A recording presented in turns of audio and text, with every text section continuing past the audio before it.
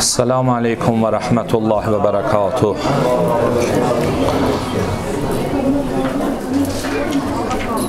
Qədir gecəsidir. İnşallah bu gecə hacətlərin, istəklərin Allah dərgahından almağımız üçün və əlimiz, ətəyimizin dolu olmağı üçün Həzrəti Fatimə Zəhra əleyhəssəlama bir Muhammədi sələvat hədiyyə edək.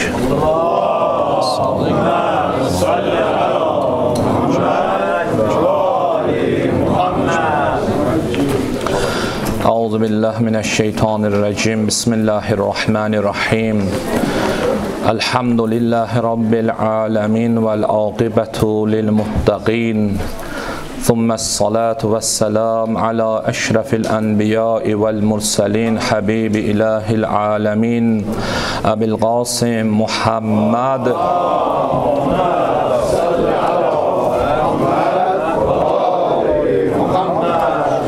وعلى آله الطيبين الطاهرين المعصومين لعن الدائم على أعدائهم أجمعين من الآن إلى قيام يوم الدين. Esselamu aleyk ya emiral müminin, ya Əbəl Həsən və rəhmətullahi və bərəkatuh. Bu günləri Cuma günündə sayın və dəyərli hocamız salavat konusunda iki rəvayət nəql etdi və bu rəvayət mənim də kəndi diqqətimi özünə cəlb etmiş oldu və istədik ki, bu gecə Əmirül-Müminin əleyhissalamın gecəsində biz də konuşmamızın əvvəlində hocanın salavatsız olan məclislər haqqında olan nəql etdiyi rəvayəti istərdik deyək ki, görəsən salavat ilə olan məclislərin nə xayri, bərəkəti olar. Çox əcib bir rəvayətdir. Bir yerdə Allah zikri ola, əgər orada Muhammed və Ali Muhammedin salavatı olmasa, o məclisdən sonra o məclisdə huzuru olanların rəvayətin məzmununa əsasən yaşadıkları peşimançılıq. Salavat göylərdə yaşayanların, göylərdə olanların surudi, şarkısı, zikridir.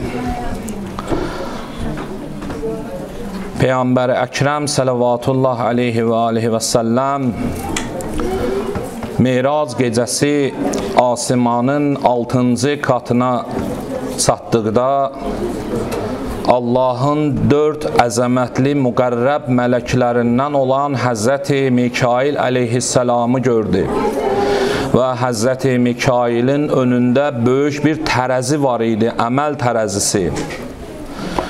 Həzrəti Mikail əleyhissalam Peyğəmbərə öz kənarında yer verdi və buyurdu ki, Zadəkəllahu kəramətən və fərəcən ya Rasulallah. Allah sənin kəramətvi və fərəcvi artırsın. Kəramət yəni sənin ihsanını, sənin şərəfini, sənin əzəmətini, izzətini artırsın ya Rasulallah. Ey Allahın Rəsulü, mən sənə olduğum o yücə məqamda asimanın, göylərin 6-cı qatı nə deməkdir? O bəşər üçün anlanılan bir konu deyil, bəşər bunu anlamaz, bu nədir? Sadəcə olaraq biz hədisin, rəvayətin yazısına görə biz rəqəmləri zikr eləyirik. O ali bir uca məqamda olan əzəmətli mələk Peyğəmbərə müjdə verir, göz aydınlıq verir, bəşarət verir. Deyir, ya Rasulallah, əməl tərəzisində heç bir ümmətin sənin ümmətin qədər əməlləri ağır və pahalı deyildir. Mutlu olsun o kəsə, xoş olsun o kəsin halına ki, sənin ardıcılın, sənin davamçın və sənə inan üzü ilə səlavat göndərir.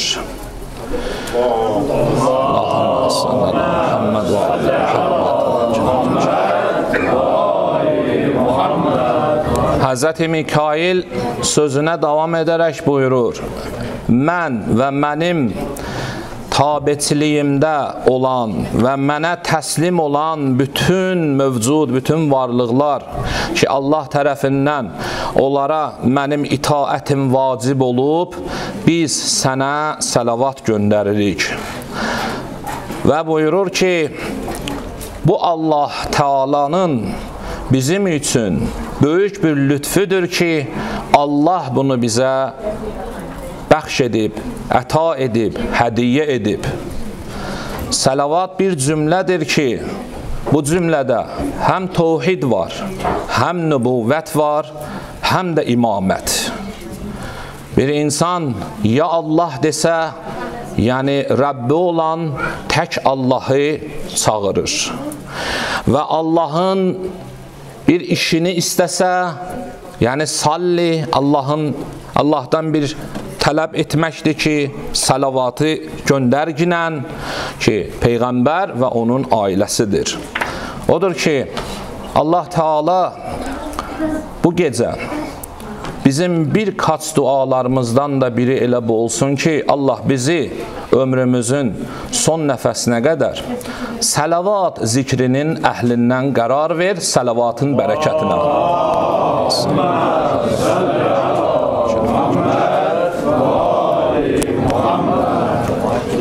Vallah, elə bu da Allahın lütfüdür ki, bizim dilimizin səlavatı göylərə ucalır. Səlavatın neçə xüsusiyyətləri var, xasiyyətləri var. Səlavat bir duadır ki, heç bir zaman insanın üzərinə geri dönməz. Digər dualarımız ola bilər, dua olsun, qalsın göylərlə yer arasında.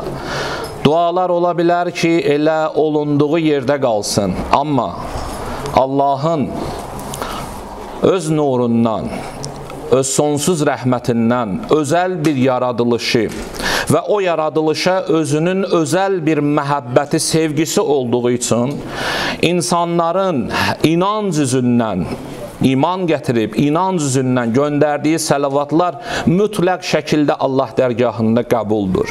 Səlavatın insan üçün gördüyü işlər çox fazladır. Baxın, biz həyatımızda bir kişini gördükdə ona salam deyə sayğı göstəririk. Əvəzində o da deyir, əleykum səlam. Və bir kəsi dua etdikdə, deyəndə Allah razı olsun, Allah qəbul etsin, Allah hidayət etsin, qarşılıqlı o duanın əvəzini ən azından biz tərəf müqabilindən duyuruq, eşidirik. Siz indi görün ki, bir insan Allahın Həbibi Həzrəti Muhammədi dua eləyir və Əhl-i Beyti dua eləyir. Və Allah Teala Qur'an-ı Kərimdə yapdığı feillərində, gördüyü işlərdə möminləri də bu işlərdən feyz almaq üçün dəvət edir. Çünki ayə xitabdır, ya eyyuhəl-ləzinə əmənu. Möminlər üçündür səlavat ayəsi və möminlərin də dünya axirətinin səadəti, xeyri, bərəkəti səlavat iləndir. Səlavatın iki xüsusiyyəti var. Özəlliklə Qədir gecəsinin özəl proqramının dışında, yəni onun kənarında fürsət olduqda bu gecələrdə səlavat yaddan çıxmasın, səlavat zikri tərk olunmasın. O gecənin ibadətlərinin nöqtəsidir. O gecənin ibadətlərinin kəmala çatmasıdır. Niyə? bir kişi salavat zikr etdikdə, salavat insanın üzərindən günahları silər, onun əvəzinə savablar yazılar. Çünki salavat günah silsə, heç vaxt o yer boş qalmaz. Onun yerinə Allah Taala'nın mütləq bir savabı yazılar. Və Allahı and veririk inşallah, bu salavatın hörmətinə bizim o qazandığımız, ələ gətirdiyimiz zəhmətlər sayəsində savabları, mükafatları qorumaqda Allah bizə bir möhkəm bir tabaq versin. O gülü necə gülün, çiçəyin qabı olar. Çiçək ki qabında olanda, ona hizmət göstərdikdə böyüyər, çiçəklənər, ətri qoxusu aləmi bürüyər, bir zamana qədər ki o çiçəyin tabağı, qabı sınar. Sınandan sonra çiçəyə qüsurlar çatar. Bəşəriyyətin, insanlığın problemi savab və mükafatı ələ gətirməkdə deyil, bəlkə ələ gələn savab və mükafatları qoruyub saxlamaqdadır. Əsli problem buradadır, əsli müşkülat buradadır. Niyə? Çünki Ramazan ayı bitdikdən sonra rəvayətə əsasən insanın iman hırsızı olan şeytanın əl-ayağı açılır. Və bir ay çəkilən zəhmətlər və bir ay ələ gələn bütün savablar şeytanın amacıdır. Hər bir evə ki, o ev zəngin ev olar, orada para çox olar, altın çox olar, hırsızlar o evə göz qoyar. Şeytan da möminlərin qazandığı savablara göz qoyur, möminlərin imanına göz qoyur. Odur ki, bu gecələrdə çox iyi olar ki, insan yapdığı ibadətlərin kənarında biraz düşünməyə də vaxt, zaman ayırsın. Və oxunan bu dualardan, olunan istiğfarlardan bəzi konularda biraz diqqət və təvəccüh olsun. Cövşən Kəbir duasında Allahın 1000 ad, 1000 sifətləri zikr olunur. Və o adlardan istərdim bu günləri Allahdan bir dənə özümüzə bir dərs alaq. O dərs bizim yaşam və həyat dərsimiz olsun. O ki, deyirsən, ya kəriməs səfih. Çox önəmli bir duadır, önəmli bir Allaha bir müraciətdir, ya kəriməs səfih. Əgər möminlərin toplumunda kərimus səfh sifəti, kərimus səfh xasiyyəti əgərləri bir kəsdə tapılsa, o möminlərin toplumunda həmişə sevinc olar, həmişə qarşılıqlı məhəbbət olar və şeytan o topluma həqarət eləyə bilməz, hücum yapa bilməz. Kərimus səfhin mənası budur. Yəni, Allahın qulları səhərdən axşamacan yapdığı bütün suçlarda, bütün günahlarda, bütün qüsurlarda Allah Təbarək Teala'nın insanlara olan baxışı budur.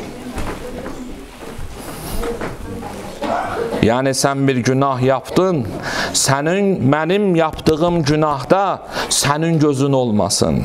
O deyərlər bizdə bir babalar sözü var, arı yuvasına çöp soxma. Yəni bir insanın suçu olsa, sən gözünü yumginan. Nasıl ki Allah özünü bizə Cövşən Kəbirdə kərimus səfh deyə tanıtdırır. Yəni gözünü yumur eyiblərə, qüsurlara, günahlara və fürsət verir bəndəsinə ki, bəndəsi özünü islah etsin, kəndini düzəltsin. Bax, bu konularda Qədir gecələrində insan gərək özünün üzərində çalışmalıdır. Bizim istiğfarlarımız, Allahdan tələb etdiyimiz bağışlamaqlarımız, biz nasıl Allahla kəndi aramızda əlaqə, rabitə quraq və hansı konularda biz istiğfar eləyək. Çün Əmir-ül-Müminin Aleyhisselamın gecəsi olduğu üçün, insaniyyət üçün, bəşəriyyət üçün ən gözəl öyrədici və örnək elə Əmir-ül-Müminin ağanın özünün Allahla konuşmasıdır ki, Kumeyl duasında Əmir-ül-Müminin ağa bizə istiğfarın bölümlərini açıqlayır. Allahümmə xfirliyə zunubəlləti təhdikul İssam. Allahümme əğfir liyə zunubəlləti tunzilun niqam. Allahümme əğfir liyə zunubəlləti tuğayyirun ni'am. Allahümme əğfir liyə zunubəlləti təhbisud dua. Allahümme əğfir liyə zunubəlləti tunzilul bəla. Təqtə'ur rəca və nəhayətdə Allahümme əğfir li kullə zəmbin əznəbtuh və kullə xatiyyətin əxdatuha. Əmir-ül-Müminin ağa buyurur, Allah mənim ismət, həya pərdələrimi yırtan günahımı, suçumu bağışla. Allah mənim nemətlərimi dəyişən suçumu bağışla. Mənə qəm, qüssə endirən suçumu, günahımı, qüsurumu bağışla. Allah mənə bəla endirən suçu, günahı bağışla. Allah mənim ümidimi kəsən suçumu bağışla və sonda deyir Allah, mənim yapdığım hər xəta, hər suç varsa onu mənə bağışla. Və bu gecədə biz ancaq bir ömür Allaha deyirik, Allah istəyirik, Allah ver. Bu təbii bir işdir. İnsan üçün Allah bunu yaradıb və insan Allahdan istəməlidir. Amma yaxşı olar ki, bu günləri bizim bu işıqlı dünyada yaşadığımız qara zülmət, suçlar, fəsadın içində Allahdan bir şey istəyək ki, Allah o şey bizdən qaldırsın. Düzdür, şeyximiz bugün cümə namazında o xütbədə buna da bir işarə elədi. Zordur, ağırdır, amma mümkündür, mahal deyil. O nədir? O sadə bir duadır. Allah, dünyanın məhəbbətini məndən al. Dünyanın məhəbbətini məndən al. Əgərləri bir insandan dünya məhəbbəti Allah tərəfindən alınsa, o insanda nə vücuda gələr, insanın ürəyində, ruhunda nə oyanışlar olar. Necə Əmir-ül-Müminin ağa yenə də bizə öyrədir. Deyir, mən qəlbimin qapısının keşiyində durdum, Allahdan qeyrisini qoymadım ora daxil olsun. Böyük sözdür. Hesab kitabı yoxdur bu konuşmanın, Əmir-ül-Müminin ağanın konuşmasının. Amma bizlər də bilqüvvə gərək bir ət çalışaq. Bir ət çalışaq və bu qədir gecələri bizə fürsətdir. Bu qədir gecələrinin əzəməti Qur'anın əzəməti ilə bağlıdır. Qur'anın böyüklüyü ilə, Qur'anın ağırlığı ilə, sənginliyi ilə bağlıdır. Amma maalesef Qur'an insaniyyət içində, insaniyyət arasında qəribanə qalıb, məzlumdur. Allah Təbarək Teala Qur'anın əzəməti haqqında bir ayədə buyurur ki, لو أنزلنا هذا القرآن على جبل لرأيته خاشعا متصدعا من خشية الله وتلك الأمثال نضربها للناس لعلهم يتفكرون. Əgər biz bu Qur'anı Allah buyurur, dağa göndərsəydik, dağ Allahın qorxusundan əyilərdi, parça-parça olardı. Biz bu misalları insanlar üçün göndəririk ki, insanlar yetəfəkkərun, bəlkə düşünələr Qur'anın əzəməti haqqında. Qur'ana endirilən zamandan devrimizə qədər insanlığın baxışları farklıdır. Bir dəstə kəsin olaraq Qur'anla düşməndir. Qur'anı təkzib edir, qəbul etmir. Hətta görürsən ki, Qur'anı ateşlə vurur. Bunlar bir cür bədbəxtdirlər. Bir qism insanlar vardırlar ki, Qur'anın konusunda bu qənaətə gəliblər, bu nəticəni ələ alıblar. Bir sözlə, hasbuna kitabullah, ağalarının dediyi sözü qəbul eləyirlər. Allahın kitabı bizə yetərlidir. Amma baxaq görək Allah Rəsulunun buyurduğu mütəvatir Səqələyn hədisinə əsasən Allahın kitabı yalnız bizə yetər, bu uyğundur, düzgündür ya xayr. Bu günləri İslam dünyamızın başında olan bütün bəlalar, bütün rənclər Allah Rəsulunun hədisi səqəleyninə olan sayğısızlıqdır. O hədisin məna və anlamını kənara qoyan insanlar suçludular. Düz İmam-ı Zamanın zuhuruna qədər, hər nə qədər ki onlar bu İslam treyini reyldən çıxartdılar Peyğəmbər vəfatından sonra. Allah Rəsulunun Səqələyn hədisini qoydular kənara. İddiaları bu oldu ki, Allahın kitabı bizə yetərlidir. Bax, bu günləri bizim zamanımız, İslam dünyamız, İslam toplumumuz budur ki, Allahın kitabı bu günləri bu toplumda qəribanə və məzlumdur. Allah Teala Qur'anda Peyğəmbərin bu konuda bir ayəsinə buyurur. Buyurur ki, وَقَالَ الرَّسُولِ يَا رَبِّ إِنَّ قَوْمِ اتَّخَذُوا هَذَا الْقُرْآنَ مَهْجُورًا. Peyğəmbər dilə gəlib. Peyğəmbər sanki Allahın tərəfindən verilən elm, verilən vəhy, elmin laduna əsasən qiyamət gününə qədər axırı zamanda özündən sonra ümumiyyətlə devirlərdə tədrici şəkildə yavaş-yavaş İslamın üzərində baş verən bütün bəlaları bir-bir söylədi. Sanki Peyğəmbər bu günləri İslam toplumunu görürkən bilirdi ki, Qur'an bu günləri məhcur olacaq. Peyğəmbər öz devrində deyir Allaha ki, ey Rəbbim, həqiqətən mənim qövmüm bu Qur'anı buraxdı. Quran məhcurdur. Bu günləri məhcur Quran bu deyil ki, yəni bu anlamda deyil məhcur ki, biz Quranı yalnız oxuyuruq. Quran, dəyərli möminlər, dəyərli əhl-i beyt sevənlər, Quran yalnız Ramazanlı kitabı deyil. Quran yalnız Qədir gecələrində başın üzərinə qoyulan kitab deyil. Quran insan həyatı üçün, insanın düşüncəsi, o ağı, siyah, bəyazı aid etdiyi zamandan Qur'anla insanın ilgilənməsi lazımdır, öyrənməsi lazımdır. Öyrəniləndən sonra oxunması lazımdır, oxunandan sonra ona əməli lazımdır. Quran yalnız qiraətlə bitmir. Quran qiraət olunub, əməl olunmaq üçündür. Quran bir cəhətdən təhrif olunmayıb, o Qur'anın nəssi ayələridir, surələridir. Amma maalesef Quran bir cəhətdən təhrif olunub və bu təhrif də İslam dünyasında möminlərin əmiri Əli əleyhissalamın şəhadətindən sonra baş verdi. Yəni İslam kimi bir din, Muaviyə kimi birisinin əlinə düşdükdən sonra Muaviyə dayanmadan Beytülmaldan, xəzinədən xərclədiyi paralar iki konuda oldu. Birinci konu Quranın təhrifi, ikinci konu nəql olunan Əhl-i Beyt haqqında, özəlliklə Əmir-ül-Möminin ağanın haqqında hədislər təhrif olunsun. Quran Muaviyə zamanından bugün bizim devrimizə qədər məna cəhətindən təhrif olunub.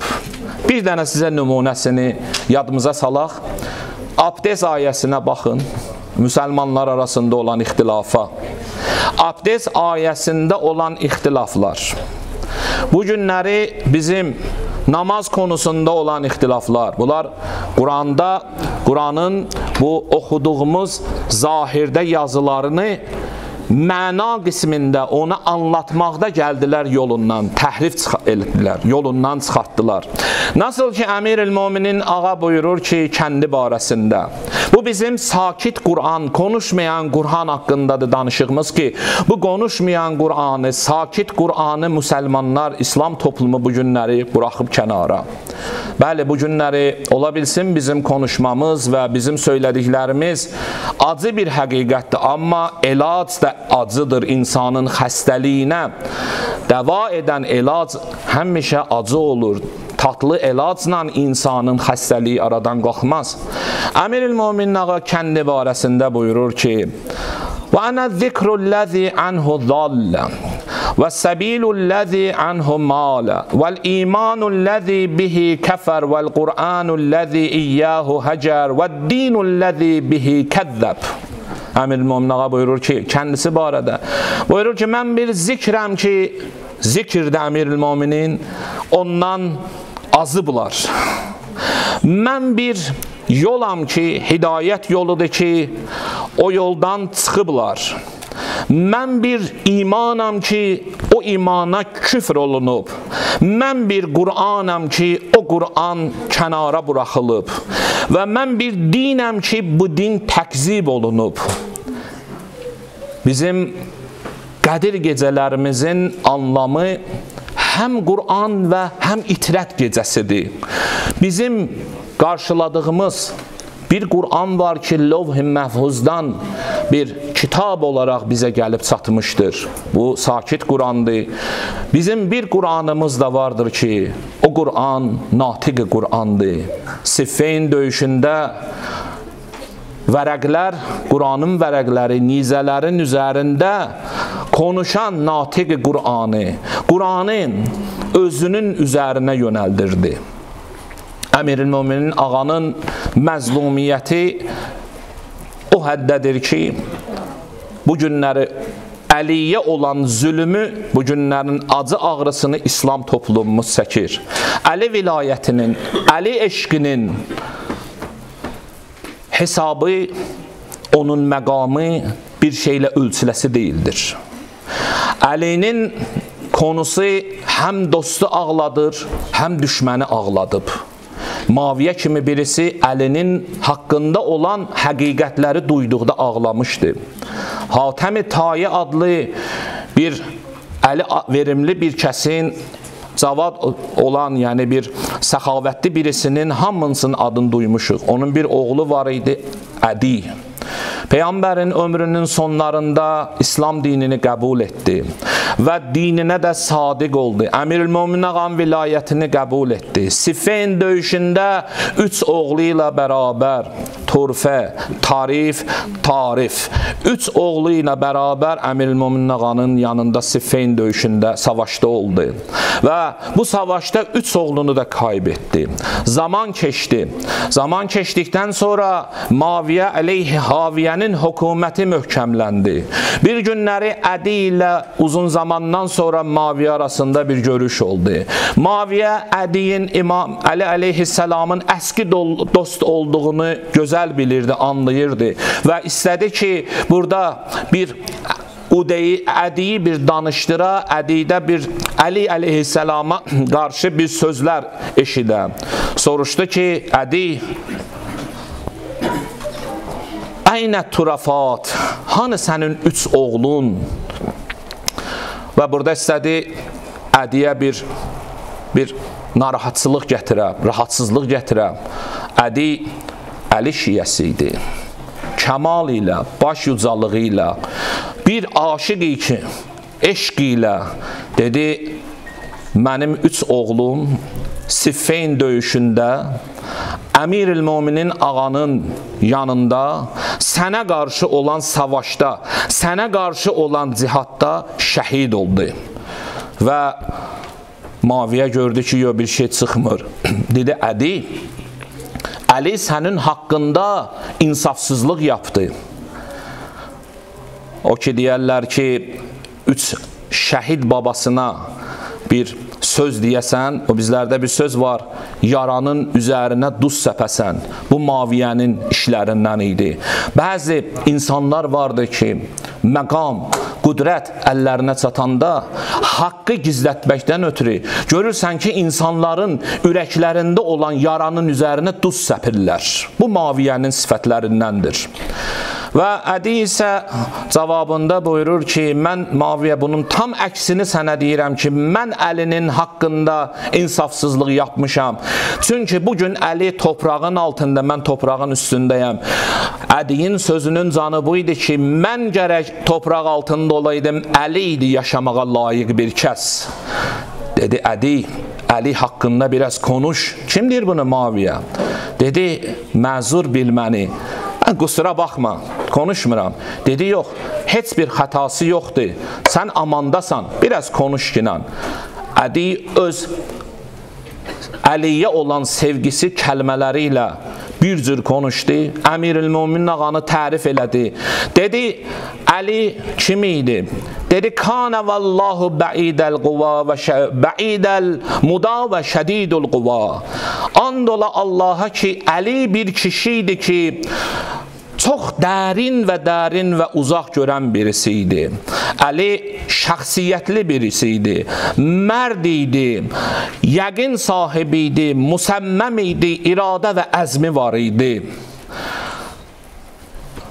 Təntəcirul hikməti min cəvanibihi Vel ilmu min nevahihi. Əli konuşmağa başlayanda onun dodaqlarından hikmət süzülərdi. Onun sözlərindən elm süzülərdi. Sanki bir çeşmədən, bulaqdan feyz verən su kimi idi Əlinin konuşmaları. Buyurdu ki, Əli bir ki bizim əmirimiz idi, biz onun məmuruydıq. Əli bizim hakimimiz idi, biz məhkum idik. Amma heç bir zaman biz Əlinin kənarında Əlinin özünü böyük bilməsini duymadıq. Aləmində, həyatında, yaşamında istəyi bu idi ki, Əli o kəsləri sevirdi ki, o kəslər fəqir idilər. Yətəhəbbəbu iləl məsakin. Əli öz həyatında bir kəsin qapısına bir fəqir gələ, bir yardım istəyə. Amma Əli birisi idi ki, fəqir ardınca bulaşırdı, fəqir axtarırdı. Ayaqdan düşmüşün ardıyca idi ki, ona ayağa qaldırsın. İhtiyacı olanın ehtiyacını ödəsin.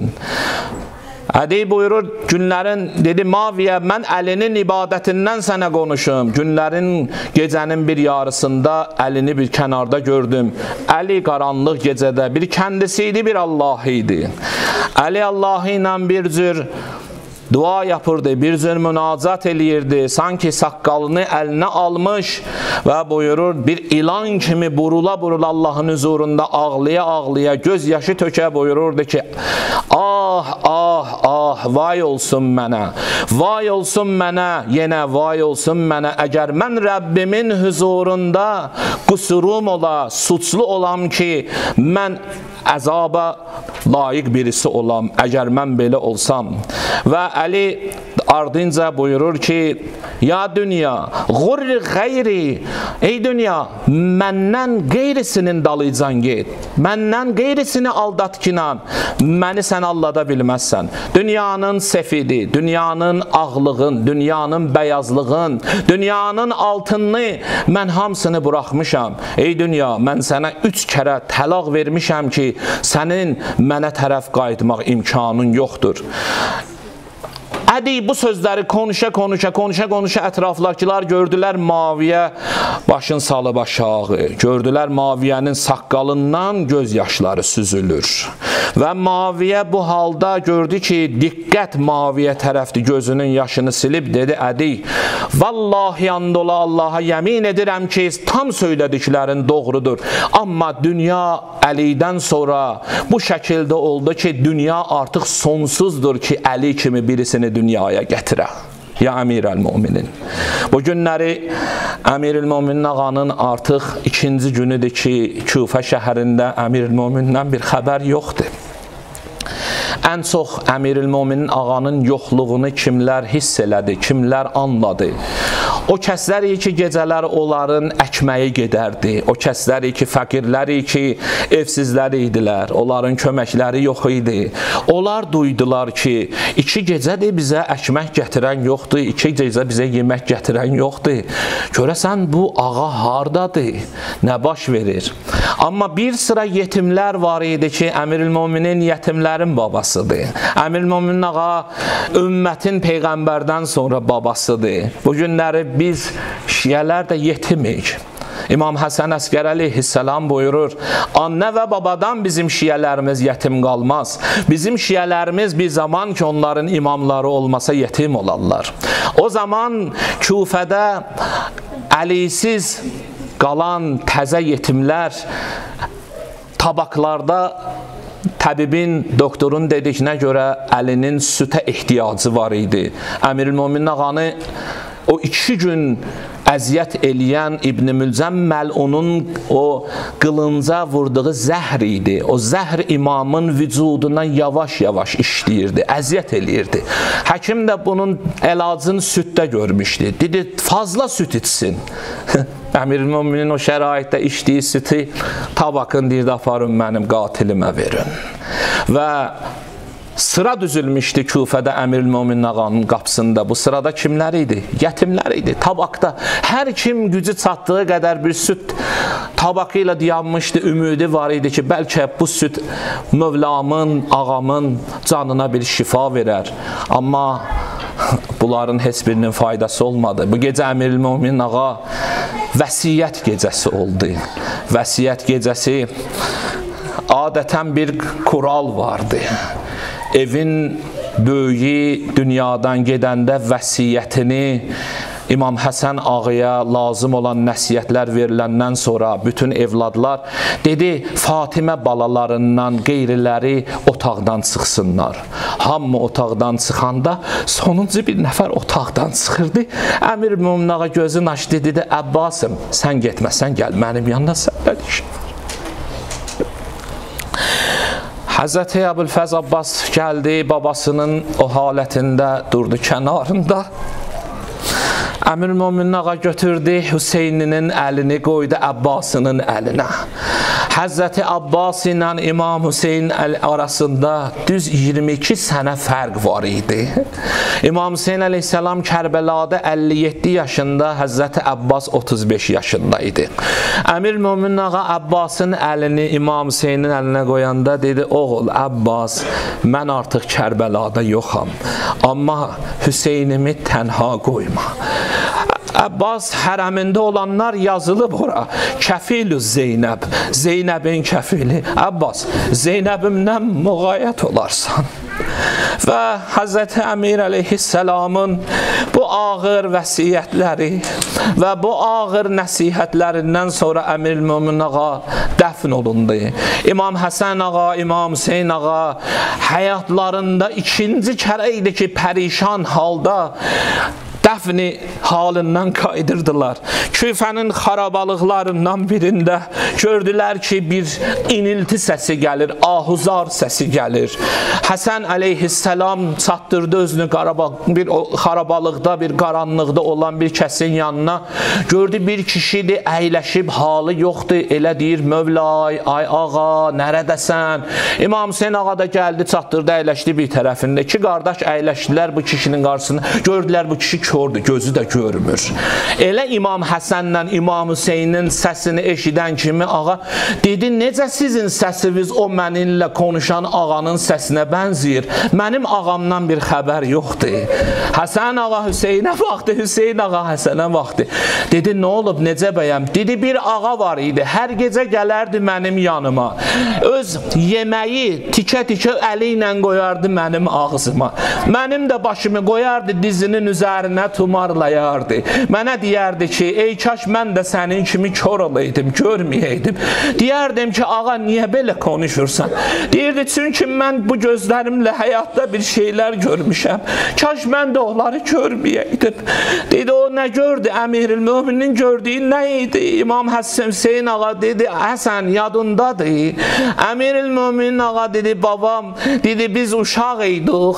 Tənha təklikdə anamızın o cənazəsini tək əlləri üzərində qaldırıb, dəfn edib qaydandan sonra başını qoydu evin divarına, dedi, Fatiməcan, Fatiməcan, Fatiməcan. Sallallahu aleyki ya Əmirəl-Möminin, acərəkəllah ya bəqiyyətəllah. Mevla Ali, Mevla Ali, başındaki yarelere canlar kurban ola Ali, canlar kurban ola Ali. Sallallahu aleyke ya Ebel Hasan, sallallahu aleyke ya Ali ibn Abi Talib. Mevlacam, sana təvəssül edirik ağa. Bu gecənin sahibisən, bu da sənin şiyələrin. Sallallahu aleyke ya Əmirəl-Möminin, ya Hüccətallahi əla xalqi, ya Seyyidəna və Mevlana, inna təvəccəhna və istəşfə'na və təvəssəlna bikə ilallah və qəddəmna که بین یدی حاجاتنا iltimas dualar olanları, həbsxanada olanları, xəstəxanada olanları, Fələstin, Hacağa buyurdu, hamını nəzərimizə alaq. Ya vecihan ində Allah, işvələnə ində Allah. Ağa, sənə an verir Zəhradan ayrılan sağ və bir dəfə bizə nəzər elə ki. Ya vecihan ində Allah, işvələnə ində Allah. Ələ lənətullahi aləl qavmil zalimin. La havlə və la quvvətə illə billahəl aliyyil azim. Əmir-i Möminin ağanın ruhuna bir Muhammədi salavat hədiyyə edəyək.